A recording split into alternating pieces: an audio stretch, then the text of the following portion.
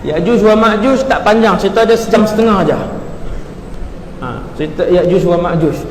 Mereka manusia, mereka akan dibangkitkan oleh Allah di mahsyar kelak, dan mereka juga punya buku amalan, catatan. Mereka akan keluar, sifat mereka ganas, hati mereka keras, perbuatan mereka ganas dan zalim. Mereka membunuh dan membakar manusia.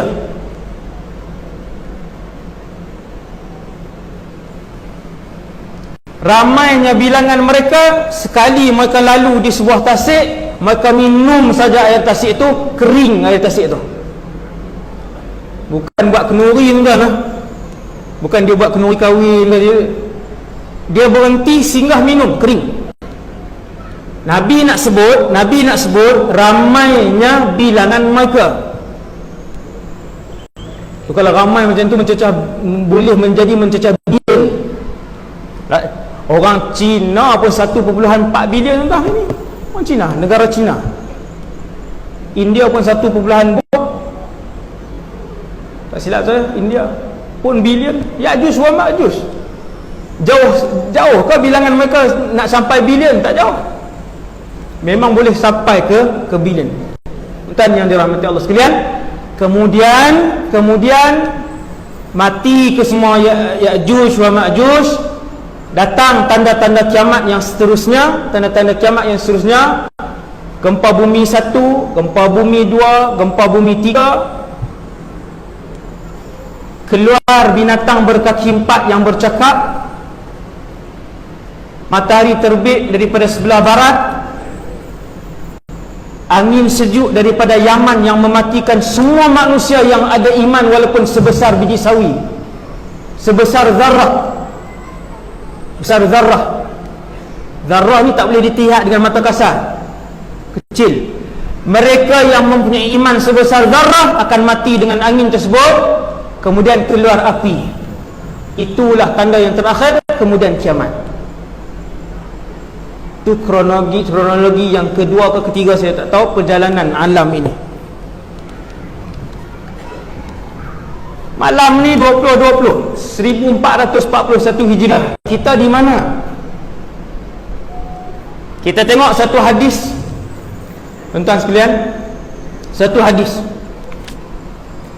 diriwayatkan oleh Imam Ahmad dengan sanad yang sahih. Yang riwayatkan hadis ni seorang sahabat namanya Hudzaifah bin Yaman. Mana-mana ustaz yang rajin, yang ada kepakaran ilmu hadis, boleh himpunkan hadis-hadis yang diriwayatkan Sayyidina Hudzaifah bin Yaman. Sangat menarik hadis-hadis dia.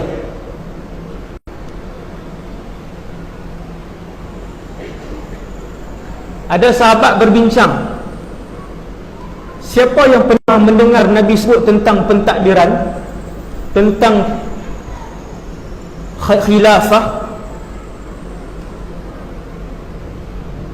tentang kepimpinan alam ini?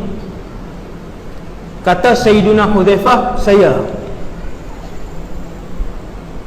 Nabi sebutkan bahawa bumi ini sejak zaman Rasulullah, bukan daripada zaman Nabi Adam, bumi ini akan melalui 5 fasa. Tuan-tuan tengok hadis Nabi.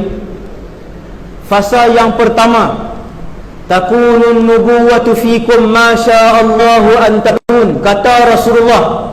Ini Hudzaifah ibn Yaman cerita. Sayyiduna Hudzaifah ibn Yaman adalah sahabat yang paling banyak meriwayatkan tentang rahsia akhir zaman. Antaranya hadis ni. Tuan-tuan, ada puluhan hadis, semuanya pelik-pelik dan seronoklah untuk kita baca. Saya baca kat tuan-tuan satu malam ni daripada puluh-puluh tu. Takunun nubuwatu fikum, kata Rasulullah sallallahu alaihi wasallam ketika menceritakan fasa-fasa pemerintahan sampai kiamat. Ada 5. Yang pertamanya, kalian akan diperintah dalam fasa nubuwah selama yang dikehendaki oleh Allah. Ni saya terjemah terus Kemudian Allah akan mengangkat fasa nubuwah itu dan berakhir. Kemudian akan berganti dengan fasa khilafah rasyidah. Khilafah rasyidah ni khulafah rasyidun. Masya Allahu an takun, selama mana yang Allah kehendaki untuk berlangsung. Kemudian khilafah rasyidah itu akan berakhir. Summa takunu khilafah, summa yakunu mulkan 'addan. Ketiga, akan jadi pemerintahan dinasti, monarki. Yang waris tu apa dia? Monarki yang waris ke anak ke apa semua tu. Monarki. Summa yakunu mulkan 'addan. Nabi sebut, ni Nabi sebut. Kemudian kalian akan melihat pemerintahan akan berlaku. Umat Islam akan dipimpin oleh seorang khalifah. Sebelum dia mati, dia akan berikan kepada anak dia, kemudian kepada anak dia, kemudian kepada anak saudara dia. Macam itulah dengan keluarga. Summa yakunu mulkan jabriyah, akan berakhir. Fasa itu akan berakhir. Kalian akan melihat umat Islam akan diperintah dengan pemerintahan jabriyah yang zalim. Yang keempat, berapa ratus tahun wallahu a'lam, yang ni Nabi tak sebut berapa ratus tahun. Thumma takunu khilafah ala minhajin nubuwah. Kemudian pemerintahan Islam akan kembali seperti mana fasa kenabian yang nombor 5. Kemudian kiamat. Yang keenam, kiamat. Di mana kita? Tuan-tuan, peta pemerintahan yang disebutkan oleh Rasulullah sallallahu alaihi wasallam 1400 tahun yang lalu. Yang satu sudah berakhir, khilafah an-nubuwah, pemerintahan kenabian. Nabi perintah 10 tahun di Madinah, menjadi Rasul di Mekah 13 tahun. Habis. Kemudian Nabi kata, kemudian kalian akan diperintah oleh pemerintahan khulafah ar-rasyidun. Berapa tahun? 30 tahun. Selesai.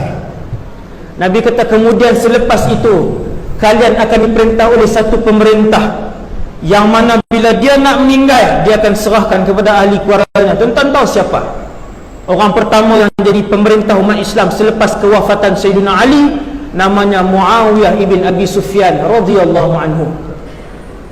Sayyidina Muawiyah jadi presiden umat Islam. Tuan-tuan tahu apa yang berlaku? Sebelum kewafatan Sayyidina Muawiyah, dia mewariskan pemerintahan dia kepada anak dia, Yazid bin Muawiyah. Subhanallah. Nabi sebut sebelum Nabi wafat, kalian akan melihat pemerintahan umat Islam ketika itu ala mulkan 'addan. Mereka mewarisi satu. Kerajaan itu dinamakan kerajaan Umayyah, kerajaan dinasti Umayyah. Presiden dia yang pertama Muawiyah bin Abi Sufyan. Kemudian runtuh kerajaan Umayyah, naik kerajaan Islam yang kedua namanya Abbasiyah. Pusat pemerintahan dia di Iraq. Pemerintahan dia sama, bila meninggal diserahkan kepada keluarga.